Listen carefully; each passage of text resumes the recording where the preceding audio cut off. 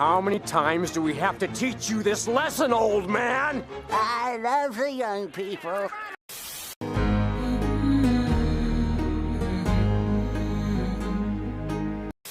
Greetings, fellow mortals. Just a reminder saying it's just my opinion is for cowards. Now, I've never really been a boxing fan. I don't have a problem with it, but I've always been more into martial arts and MMA because it's more practical in real life. Hey, what happens if they kick at your leg? Well, you're just...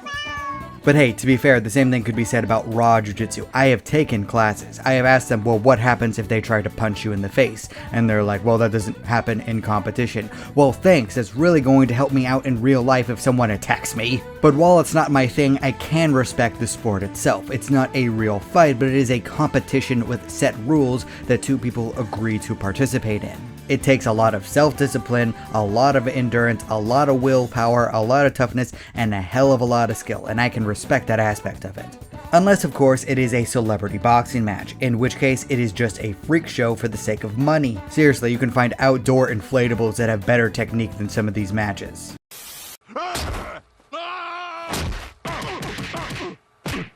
What are you? And nothing proved this more than Jake Paul versus Mike Tyson. I get what they were trying to do. It was the Rocky Balboa storyline, where the old beat-up veteran comes back to show the rookie how it's done. All the while, the old veteran of the sport showing that he's still got it. Except none of this happened as it should have. The first problem was Jake Paul. He gained way too much weight, too quickly, and he looked like a blob out there, completely out of breath, completely out of shape. It was very sad. He also does not have the technique to fight at a top level. Compare this to Mike Tyson, who has shown even at almost 60 years old, he has boxing ingrained into his body where he almost does everything naturally.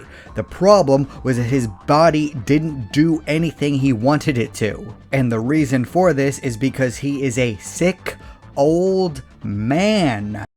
You got multiple chins 'cause you're old.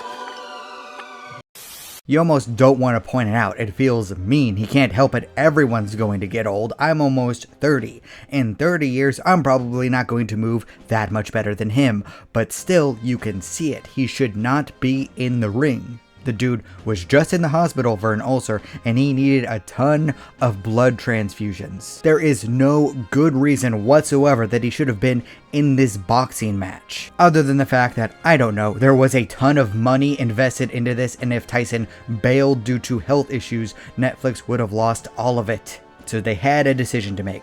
Were they going to be ethical and make sure that Tyson's health was the top priority, or were they going to put him out there like The Walking Dead? And, well, we all saw what they chose. The money won in the end.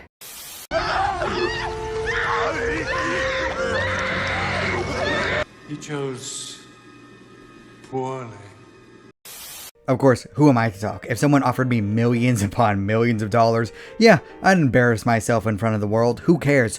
I'm a multi-millionaire now. I can do what I want. Is it ethical? No. Is it good for the sport? No. Did it make them a lot of money? Yes.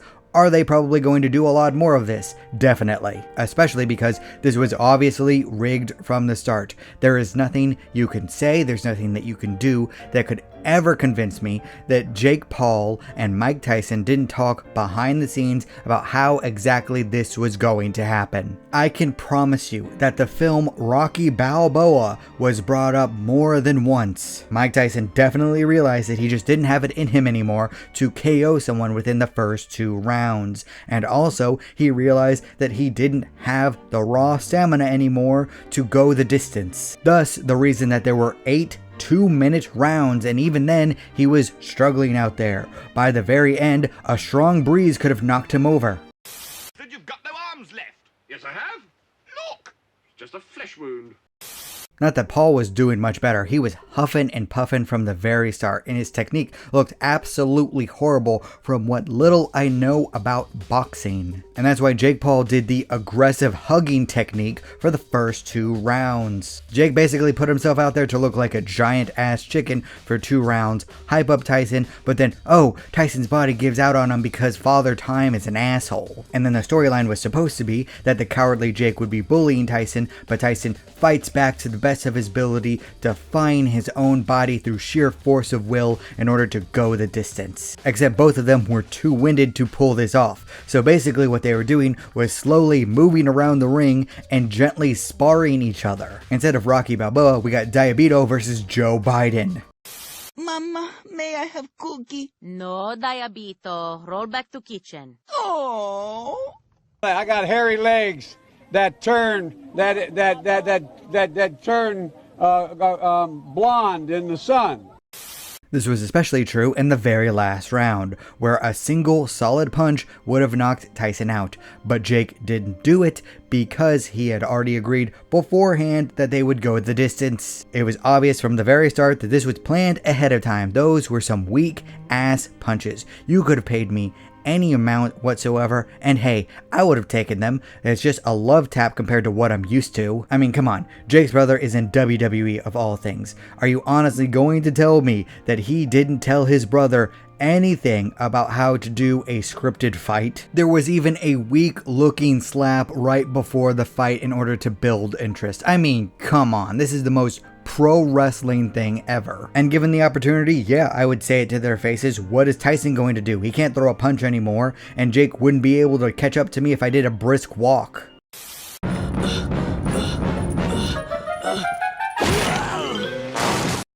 But you know what? They might have each gotten $20 million from this, so I guess the joke is on me. I mean, I'm never going to make that much money in one night just to embarrass myself.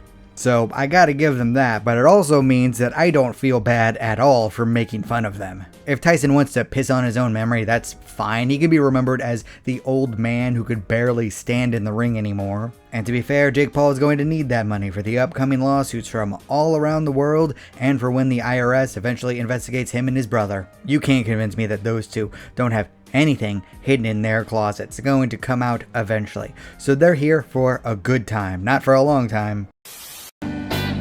I hate my life. I hate your life too, dude.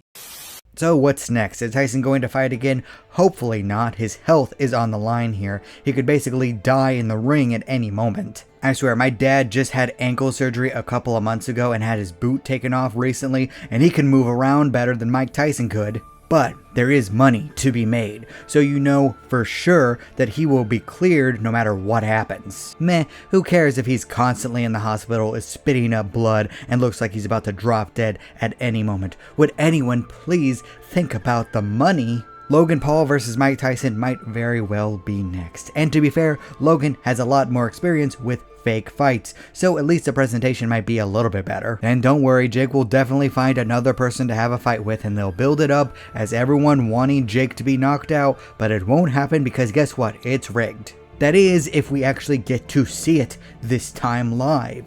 Netflix, what is going on? Why are you struggling so hard with live content? It shouldn't be that hard. Everyone else already does it. Come on now. I know there was like 65 million people trying to watch at one time, but still, you're Netflix. You should have figured this out by now.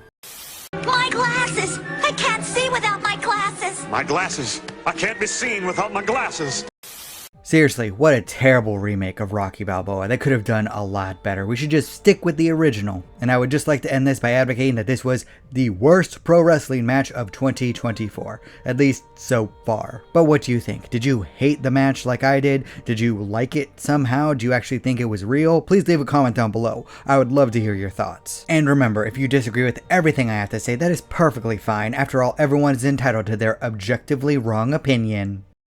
I don't want to live on this planet anymore. Thank you all so much for watching. You're still here? Good night, everybody. Thank you. You bye. Boom. Do not despair.